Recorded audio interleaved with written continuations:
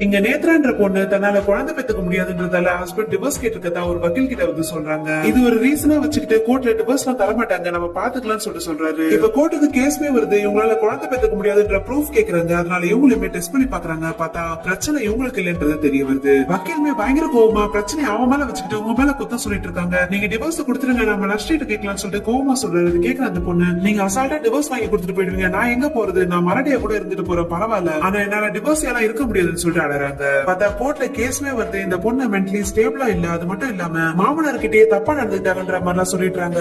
இது கேக்குற பொண்ணால இதுக்கு மேல கேட்க முடியாம நான் டிவோர்ஸே கொடுத்துறேன்னு சொல்லிட்டு சொல்லிடுறாங்க. இப்ப வக்கீலுக்கு இந்த பொண்ணு புடிச்சு போய் ரெண்டு பேருமே பழக ஆரம்பிக்கிறாங்க. இந்த பொண்ணு இப்ப பேஸ்புக் பார்க்கும் போதுதான் டிவோர்ஸ் ஆன ஹஸ்பண்ட் ரெண்டாவது மேரேஜ் பண்ணிட்டாங்கன்றது தெரிய வருது.